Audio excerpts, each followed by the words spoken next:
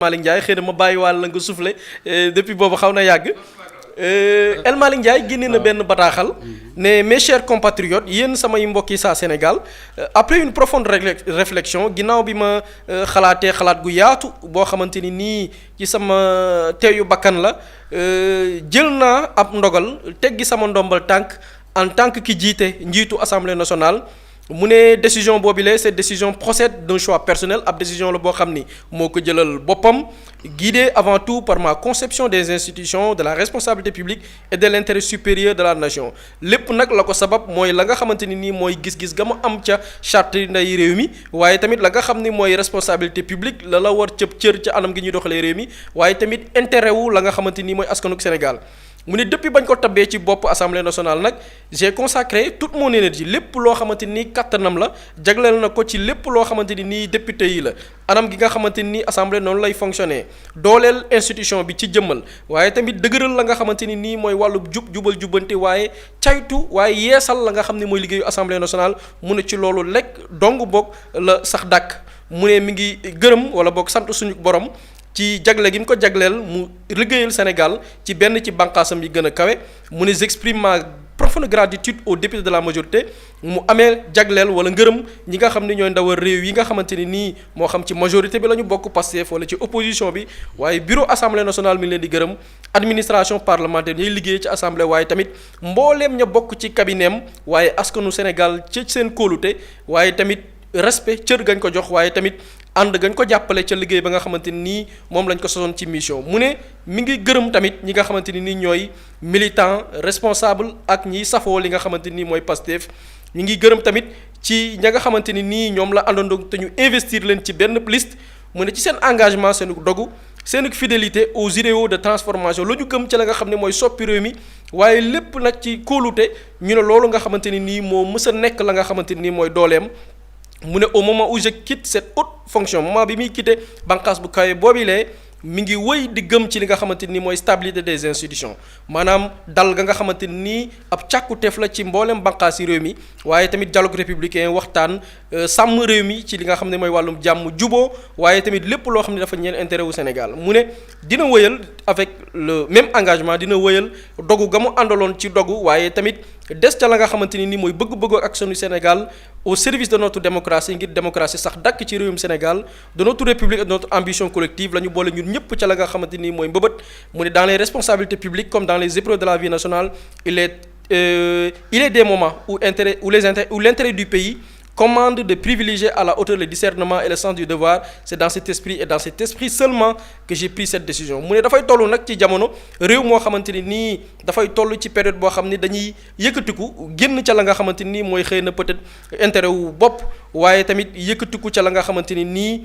mooy la nga xam ni lépp ak ñépp lay doon loolu moo tax mu jël décision bi mu ne yàlla na suñu borom sàmm Sénégal sàmm askanuk Sénégal teg leen ca la nga xamante ni mooy yoonu jàmm waaye tamit wàllum yoon booloo waaye tamit la nga xam ne mooy jëmale réew mi kanam El Malick Ndiaye ancien président de l'Assemblée nationale du Sénégal donc doyen bataaxal bi daal mi ngi soog a wadd muy ñëw ci sabab laaj lii lan lay wund boog wala lan lañ ci mën a jàpp ci sa analyse. bon mën nañ ci am plusieurs lectures variées xam nga déjà Sonko dafa suspendre son mandat de député muy dem primature. Et c'est là où j'ai dit que Sonko c'est un fin renard politique Sonko c'est un fin renard politique kuy politique Sénégal rek moo la tax politique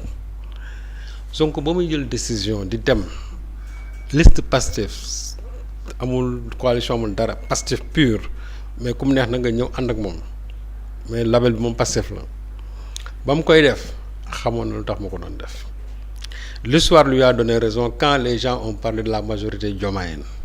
benn deuxièmement mu suspendre son mandat de député parce que mi ngi doon xalaat bés buñ ko jëlee ci primature bi fan la war a mën a dem pour continuer son combat politique tey il va reprendre son mandat de député maintenant la démission bi nga xam ne moom la El Malick def dafay leeral lu bari que le prochain président de l'Assemblée sera Sonko loolu rek lay wund waaw pour xalal yoon Sonko loolu bien sûr c'est-à-dire que on est en politique dara terewu ko ñoom jàpp nañ ne Sonko mooy seen chef politique donc bu ñu ñëwee au niveau du parlement aussi ñoom pour ñoom poste ba nga xam moom la war a mérité mooy mu jiite assemblée nationale c'est-à-dire que bon man jël la ma gënaloon mooy mu nekkoon un député simple te loolu c'est surtout pour avoir les coups de franche au plan politique gën a mën a doxal son parti parce que on va vers des échéances très importantes mais su fekkente ne tey Sonko bu demee nekk président assemblée du am leen loo xam ne nga koy gàllankoor dans la bonne marche du parti na fa toog léegi nag lii gën a intéressant mooy aujourd'hui il devient la deuxième personne en tout cas de l'État te ñi nga xamante ne dañ ko dàqoon ils vont déchanter parce que léegi événement dina am boo xamante ni forcément moom président de la République ils seront côte à côte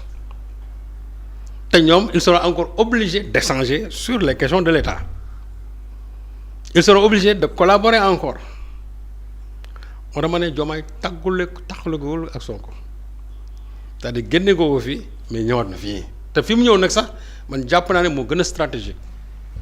parce que fii il n'a de compte à rendre à personne fii amatul sax yu ñuy seet ak yi nii il va mener nag c'est vrai que amatul poste de responsable ci gouvernement bi mais tey day jiite li nga xam ne mooy l'institution parlementaire moo tax ma ne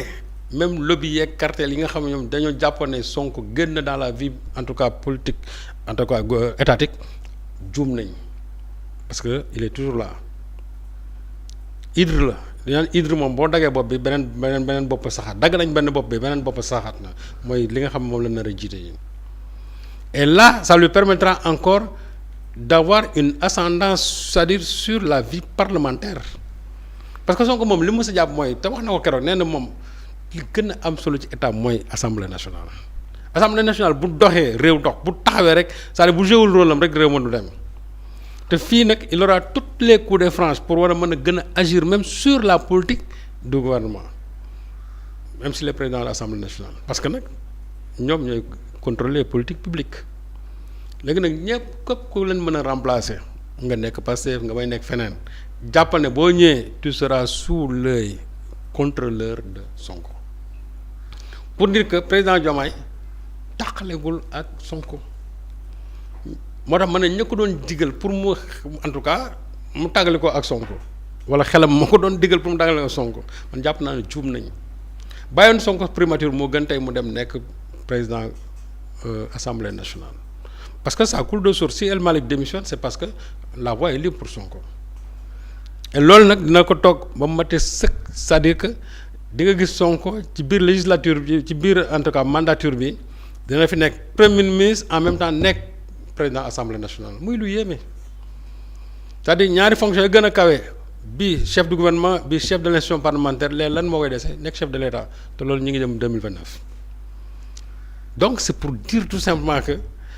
waa Pastef ils sont très stratégiques moo tax ma ne c'est-à-dire que lii Sonko ba mu ko pensé démb parce que voilà quelqu'un boo xam ne dafa am lecture politique c'est-à-dire que loolu moo neex ci waaj c'est-à-dire vision politique bi mu am lii lépp les gens n'avaient pas vu mais moom gisoon na lii en suspendant son mandat en allant seul aux élections législatives mais xamoon na ne tey fii la ñu mujje moo tax nag dara bettu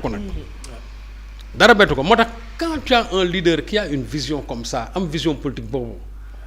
mais leader boobu da nga koy téye parce que tu as une chance kooku bu la defalee bu la dérouler benn vision économique vision politique boobu fa mu koy yóbbu foofu la vision économique bi di yóbbu et malheureusement j'ai l'impression que ñi ko wër ba léegi xamaguñu ki nga xam ne moom la ñu am et les gens vont en savoir beaucoup plus bés bu ñu nekkee président assemblée nationale en tout cas on va vers un jeu politique boo xamante ni qui sera très intéressant parce que un président qui ne voulait pas voir son premier ministre finalement il le voit à ses côtés en tant que chef de l'institution parlementaire parce que moom c'est sûr et certain que Diomaye bëggatul gis Sonko moom ça moom c'est clair bëggatul ko gis mais dina ko gis parce que les obligations de la République de l'État mooy tax ñoom ñaar dinañ bokk benn jotaay mooy tax ñoom ñaar dinañ wootante waxtaan sur les problèmes de la République ça ne posera pas nag de problème à Sonko moom loolu du ko poser problème ça peut poser problème à Diomaye mais waru ko poser problème dans la mesure où aussi politique moo demee noonu Diomaye doit comprendre que politique moo indiwaat Sonko politique a ko gën a fee mais politique moo ko indiwaat fi mu nekk tey donc ils doivent conjuguer avec Sonko je sais que il jouera son rôle et que les gens se trompent Sonko ne va pas à l'Assemblée nationale comme ni ko wax léegi pour faire une guérilla parlementaire déedéet demu fa pour vraiment xeex demu fa pour ay motion de censure demu fa pour bloquer ay projet de loi wala et cetera déedéet demu fa pour loolu dafay dem pour njariñu Sénégal bu jàppee ne lañ fay def njariñu Sénégal la lu fay indi ñu war ko voter en terme de loi su boobaa danañ ko voter mais lu ñu jàpp ne lii nag du njariñu réew mi et ça c'est pas conforme aux doctrines à la doctrine bien sûr souverainiste su boobaa ñu jël ko teg ko de côté et que les gens se calment, il n'y aura jamais de crise institutionnelle ici parce que y en a qui le supputent et cetera ce n'est même pas d'ailleurs ce n'est même pas de l'intérêt de Sonko muy am ay crise ce n'est même pas de l'intérêt parce que boo amee crise les gens vont se dire que waaye ñi nga xam ne ils ne peuvent même pas gouverner ce pays comment vous pouvez leur donner ça parce qu'ils nous ont trempés dans une crise institutionnelle donc avec Sonko il n'y aura jamais de crise par contre il y a une stabilité entre les pouvoirs stabilité dina am ci pouvoir yi et foofu lay neexee nag waaw bés bu nekkee fait parce que fait aussi en tant que chef de l'institution parlementaire bu pare yore le groupe de la majorité foofa ñoom aussi ils ont l'initiative des lois ils ont encore concurremment comme ni ñu ko waxee l'initiative des lois loi bu ñu jàpp ne fii ci dëkk bi war na fee mën a jàll te c'est dans le sens bien sûr en tout cas de l'intérêt de la République dinañ ko voter dinañ wut proposition de loi te dinañ ko voter te président mënu si dara lu ñu jàpp ne lii moom du njariñu askan bi duñ ko proposer te bu fekkee ne dafa jóge ailleurs aussi bu ñëwee ñu bloqué ko wala ñu retoqué wala ñu amandé ko waaw. ñaari postures yi laa bëgg doyen ñu ñëw ci. Ousmane Sonko bi ñu ko jëlee primature ñu ci bari dañ ne il devient vulnérable sur le plan institutionnel ba ñenn ñi sax moo taxoon ñu ne na dellu assemblée mais mieux. en dehors de dellu assemblée nekk député mais il devient wala boog jàpp nañ ni xëy na dafay nekk le président de l'Assemblée nationale entre ñaari bànqaas yooyu mu occupé woon primature ak tey présidence de l'Assemblée nationale bi mu nar a occupé supposons lan la ko nar a dolli sur le plan constitutionnel lu mu amul woon bi mu nekkee au niveau de la primature lan la ko nar a dolli aussi sur le plan diplomatique c'est-à-dire jëflante ak wàllu bitim réew lan mooy différence bi yokkute la wala nan lañ ko mën a jàngatee ñaari postures yi après. c'est-à-dire que fële à la primature il est sous la coupe c'est-à-dire de la plume du président de la République mooy que président bi en vertu de l'article 49 mën na ko jël teggi ko heure bu ko neexee mais fii nag il n'est plus sous cette coupe là fii moom il n'est plus sous cette coupe fii nekkul sous l'autorité de qui que ce soit président bi mënalu ko dara. c'est-à-dire du décret la koy rek ñii dañ leen a élire fait dañ ko nommé woon ça c'est de l'initiative présidentielle donc fii la gën a mën a am marge ak liberté pour mu war a mën a gën a doxal li mu bëgg a doxal c'est vrai que du poste boo xamante ni léegi dina mën a ne jël initiative comme ni mu ko defee au niveau de la primature mais cela n'empêche quand même que moom fi mu toog dina mën a gën a saytu toutes les politiques yi nga xamante ne public bu ñuy indi foofu te su boobaa moom da ci am sañ-sañ ak ñi nga xamante ne ñooy les députés de la majorité pour mën a wax ne lii duñ ko defee nii lii duñ ko defee nii dañ ko defee parce que am nañ pouvoir d'amendement et encore une fois de plus te dara du ko ci fekk te foofu aussi il a même la liberté de dire ce qu'il veut loo xamante ni bien sûr lu tegu ci loi ak texte am sa liberté de parole politique parce que nee naa l'arme la plus redoutable de Sonko c'est d'abord sa liberté de parole et sa capacité de mobilisation foofu nag moom wax dëgg yàlla il aura toutes les coups de franche pour war a mën a wax li nga xamante ne amul lenn lu mu ciy laax ba en plus aussi avoir toutes les coups de franche pour war a mën a doxal en tout cas parti bi ni nga xamante ne moom la ko bëggee moo tax ma ne fii mu nekk nii dafa gën a aar dafa am benn côté boo xam ne nii daf ko fa gën a jox doole surtout sur la liberté de parole parce que bu nekkee primature am na loo xam sax souvent daf koy sóoraale moi je connais tellement l'homme parce que Sonko c'est quelqu'un qui a toujours protégé Diomaye et malheureusement Diomaye n'a pas compris ça Sonko c'est quelqu'un qui a toujours j'ai dit protégé Diomaye et là je vais trahir un secret gis nga récemment j'avais titré dans une des éditions de Yoor Yoor fi ma defee Sonko Diomaye sonkorisé à Thiès, Sonko plébiscité à Mbour. Ça lui est pas, c'est-à-dire beaucoup ko parce que comme que moom lui c'est un grand lecteur de Yoor Yoor bon il a fait comprendre que soo ma woon sañ-sañ ci li ngay def day lii moom doo ko bind. waaw ma ne ko amul sañ-sañ nag man maa ko bind mu ne non parce que xam nga parce que ça va pas plaire au président lii ça va pas plaire au président et certains même vont dire que Sonko moo commandité lii alors que man seen une yi ni ko nit ñi jotee noonu laa koy jotee ma ne ko mais loolu c'est la liberté de yor mais moom soo ma loo gënal du ma ne ko mais d'accord mais loolu suñu choix éditorial la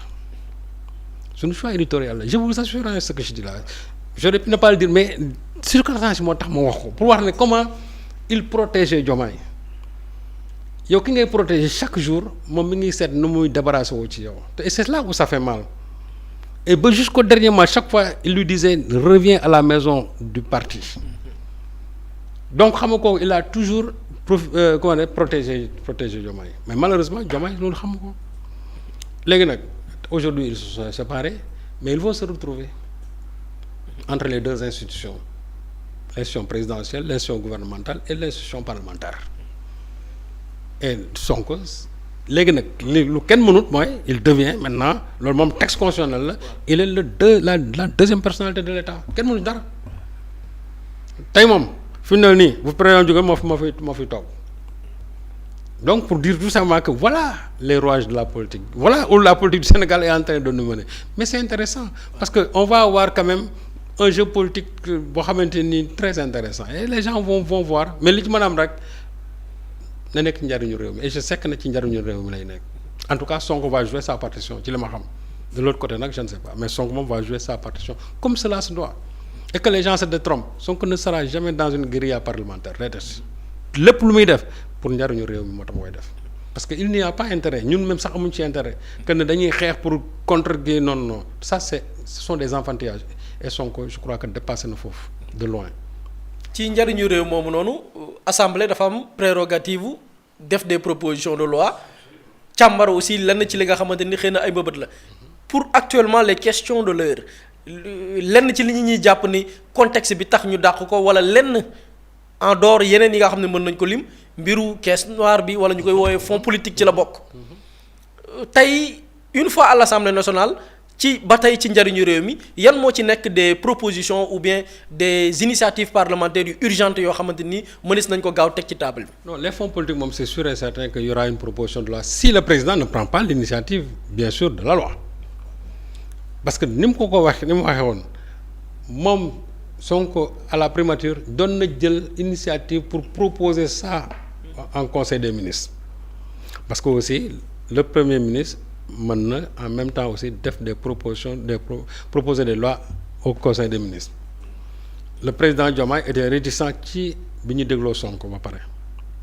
mais Sonko loolu daf ko soxal xamul tax parce que nee naa la question de transparence li ma doon wax naan dafay souvent day pécher sax par excès de vertu loolu moo ko sonal les questions de transparence là Sonko du ci transiger et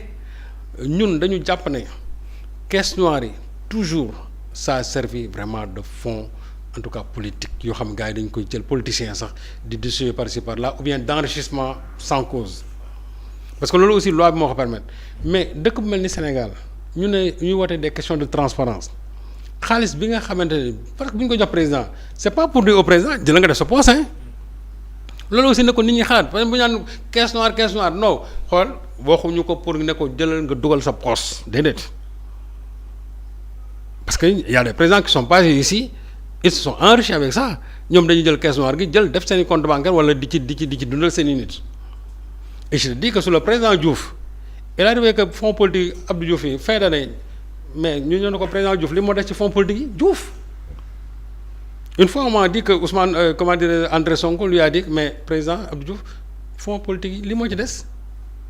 donc pour dire que Diouf auteur bi mu amoon sax ñi ñëw par la suite amuñu ko parce que Diouf loolu intéressé woo ko woon mais après la yàqu sous le régime de Wade et sous le régime de Macky Sall léegi nag comme que Sénégalais yi dañu jooytu woon loolu naqarlu ko ñoom ñu def ko ci seen programme de campagne wax ko depuis 2019 ñu campagne ko ñu wax 2024 promesse de campagne léegi nga ñëw nekk au pouvoir bon peut-être il y a une certaine réelle politique nga bëgg doo ko ci wax am déedéet moo tax Sonko daan ne non comme que loolu c'est une promesse électorale mais nañ ko doxal il faut d'abord une loi qui encadre ça parce que moom son principe mooy booboo sax ñu yokk ko mais nañ ko encadrer ba Sénégalais bu subaa bu doon 1000 milliards ñu ne ci lii lañ ko dépensé ci lii lañ ko dépensé ci lii lañ ko dépensé ñun ñu xam ne ci lii jaadu na Sonko de wootewul lu loolu wante nag jël xaalis bi joxe ko ñu dugal ko ci ay lii ay fondation wala ay nangam ak nangam c'est que loolu la ñuy Sénégal loolu la ñuy bañ moo tax tey man jàpp naa ne sur la table de l'Assemblée nationale proposition loi bi njëkk a daanu su président bi jiituwul def ko parce que Sonko waxoon na ko soo ko deful gàcce lay nekk moom leer na ma loolu moom Sonko dina ko wax son groupe parlementaire ne leen teg leen ko ci table ci ba ñu mën ko encadrer parce que loolu ñun daf ñoo soxal parce que nag xaalisu Sénégal moom bëggate nañ léegi fu muy dugg muy président ñëpp ci yem na leer Sonko 1 milliard 700 millions yooyu mu doon wax noonu su ko neexoon mu jël def ci ay poosam wala mu jox ay ñooñam nee na moom xamul sax daajam xaw ma yenn yi def mu ñu pare on rencontre président de la république moom tamit même chose parce que man jàpp naa ne bu fekkee ne da nga nekk ci dëkk nga nekk fa président de la république ñu yoral lépp kooku ñu yoral lépp mën naa salaire 2 millions sax ëpp na bëri na ci moom salaire 2 millions sax ba bëri na ci moom waxatuma laa nag ñenn ñi jox leen fonds politique ñu jël di ko jëfandikoo loolu la ñu bëgg mu dal dakk ci réew mi xaalis boobu nga xam ne xaalis sénégalais yi la te man jàpp naa ne am na ci ay rubrique yu ñuy wax ay xom ku feebar ak ay nangam mais ça il faut donner ça aux actions sociales le ministre de la solidarité moom loolu mooy ñoom loolu mooy seen liggéey te lépp li nga xam ne day jëm par exemple sur l'intégration africaine en tout cas la solidarité africaine lépp loo xam ne day jëm sur les questions de secret défense en tout cas d'espionnage loolu la président mën na ko jël mu denc ko mais cela n'empêche pas que en fin d'année mu am aussi ñoo xamante ni des agents assermentés de la République ñu xam ne xaalis bi kat dugal nañ ko ci lii waxuñu ne di nga wax ne kee lañ ko jox kii lañ ko jox pour kii mais au moins dugal nañ ko dans les services d'espionnage dugal nañ ko dans le secret défense dugal nañ ko pour opération tel mais on ne demande que ça pourtant Sonko loolu lay laaj mais ñenn ñi mel ni loolu daf leen naqari comme si dañu bëgg a lunjutu mais bien sûr su Macky Sall les gens sont enrichis avec ça su Wade les gens sont enrichis avec ça am na ñoo xam ne dañu déclarer sax carrément que ne mais ñoom fonds politique yi dund nañ ci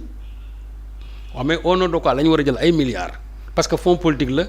yow nga jël ko di ko jox sa waa parti nga jël ko di ko tabaxee ay siège parti nga jël ko di ko en tout cas di ko dugal ci ay structures privées non je crois que loolu moom il faut ñu légiférer ci lu mu gën a gaawee jël ko teg ko taabal yi parce que ça a été l'élément déclencheur de la sortie de Sonko de la primature donc Sonko bu xamee ne lii moo précipité vraiment sa chute donc question boobu bu ñëwee moom c'est une question d'honneur nañ ko régler et je sais que ne li ñu njëkk a teg ci taabal ji moom bu ko président indiwul ñoom li ñu njëkk a teg ci taabal proposition de loi dinañ ko teg te bu ñu ko tegee day jàll ça moom c'est clair. ci rôle assemblée nationale boobu junj ko sax ci say kàddu ne wóor na la ni bu desee ci côté Ousmane Sonko rek crise institutionnelle du am à travers moom posture bi nga xamante ni la fas yéene doxalee mais du côté de la présidence côté Diomaye man déglu naa ci ñaar ci ay kàddu ki ma ci déglu ñaari yoon mooy maître Abdoulaye Tine